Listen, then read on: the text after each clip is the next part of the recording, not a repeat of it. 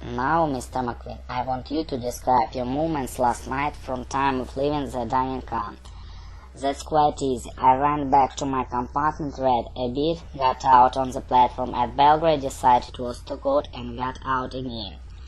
I talked for a while to a young English lady who is in the compartment next to mine.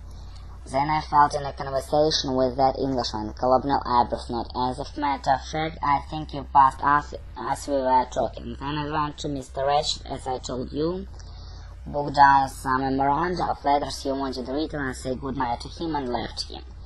Colonel Everson was still standing in the corridor. His compartment was already made up for the night, so I suggested that he could come along to mine. I ordered a couple of drinks.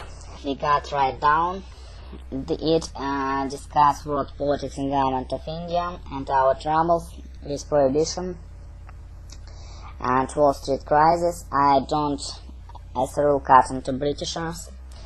They are stiff-necked a lot, but I like this one. Discuss politics, prohibition, crisis. Colonel Everson was still standing in the corridor. His compartment was already made up for the night, so I suggest that he should come along to mine.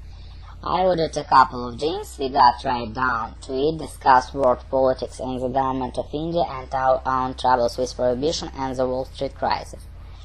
I don't rule cut into Britishers. They are stiff-necked a lot, but I like this one. Don't know what time was it when you left. You pretty late, nearly 2 o'clock, I should say. You noticed that the train had stopped. Oh yes, we wondered a bit, looked out and saw the snow line very thick. But we didn't think it was serious. What happened? Everson's final said goodnight. He went along to his compartment, called a conductor. Where were you whilst he was making it? Standing just outside the door in the corridor. Noticed one is serious. Do you know what time? It was when he left you. Pretty late, nearly 2 o'clock, I should say. You noticed that the train had stopped. Oh yes, we wondered a bit, looked out and saw a snow line very thick, but we didn't think it was serious. What happened with Colonel Everson? Finally said goodnight. He went along to his compartment and called to the conductor to make up my bed. Where were you whilst he was making it? Standing just outside the door in the corridor smoking a cigarette. And then I went to bed. During the evening, did you leave the train at all? Everson and I thought we'd get out. What was the name of place? Vinkovich. To stretch our legs a bit, but it was bitterly cold, a blizzard on. We soon hopped back to the train. By which door did you leave the train? By one of the nearest of compartments, the one next to the dining car. Yes, stretched, bitterly blizzard. And then I went to bed and slept till morning. During the evening, did you leave the train at all?